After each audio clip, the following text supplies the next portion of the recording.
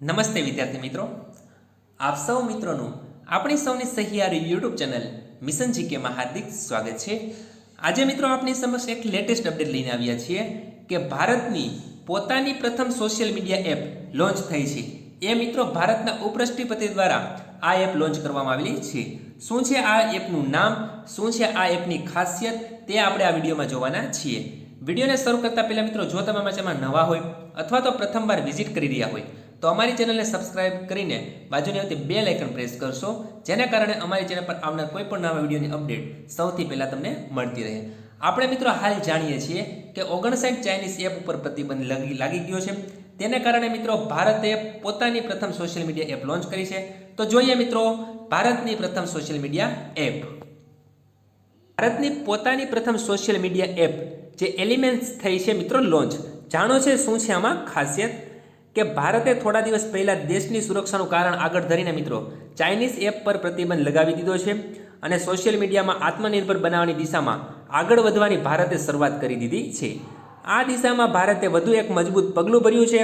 સ્વદેશી એપ્લિકેશન બનાવવા માટે 1000થી વધુ આઈટી પ્રોફેશનલ આગળ આવ્યા છે અને આ અભિયાન અંતર્ગત Shri Ravishankar art of living એક ભારતીય social media super app elements તૈયાર કરી દીધી છે। એપ્લિકેશનની એક સુવિધાઓ મિત્રો અનેક છે। આ એપ્લિકેશન બનાવવા માટે મોટી સંખ્યામાં આઈટીના જે નિષ્ણાંત કાર્યરત છે એવું કહેવામાં આવી રહ્યું છે કે આ સિંગલ એપમાં એવી તમામ સુવિધાઓ હશે જેના માટે લોકો આજે પણ વિવિધ એપ્લિકેશનનો ઉપયોગ કરે છે। તેમાં સામાજિક જોડાણથી સાથે ચેટિંગ હશે, ઓડિયો વિડીયો કોલિંગ હશે મિત્રો, ગ્રુપ કોલિંગ હશે, ઈ પેમેન્ટ, ઈ કોમર્સ જેવી સુવિધાઓ હશે। આ એપ્લિકેશન 8 ભાષામાં ઉપલબ્ધ થશે।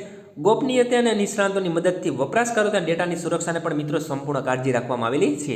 તો આ એપ્લિકેશનમાં મિત્રો જે હાલમાં જે લોકો મિત્રો જે સુવિધાઓ શોધી રહ્યા છે તે દરેક સુવિધા આ એપ્લિકેશનની અંદર હશે અને 8 ભાષાની અંદર મિત્રો આ એપ્લિકેશન લોન્ચ થઈ છે અને તમારા ડેટાની પણ પૂરતી કાળજી રાખવામાં આવે છે।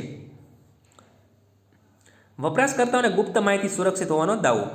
આ એપ તૈયાર કરનારનો જૂથે દાવો કર્યો છે કે આ એપ્લિકેશન ઘણા મહિનાની સતત પરીક્ષણ કરવામાં આવ્યું છે।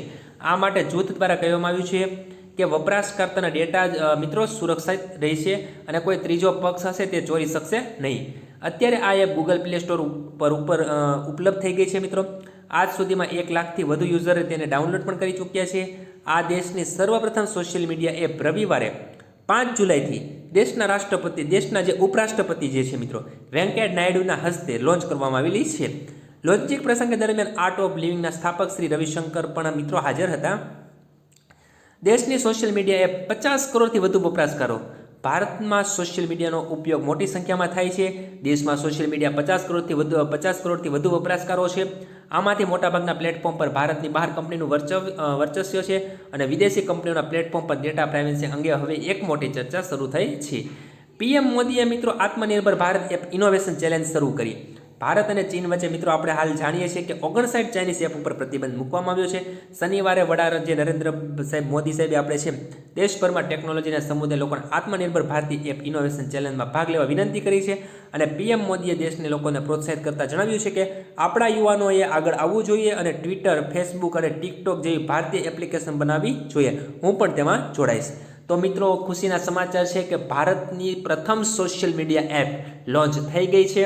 તો આ આપની માટે મિત્રો ખુશીના સમાચાર છે। જો મિત્રો તમને વિડીયો પસંદ આવ્યો હોય તો લાઈક કરજો અને તમારા મિત્રોમાં શેર કરજો। ધન્યવાદ।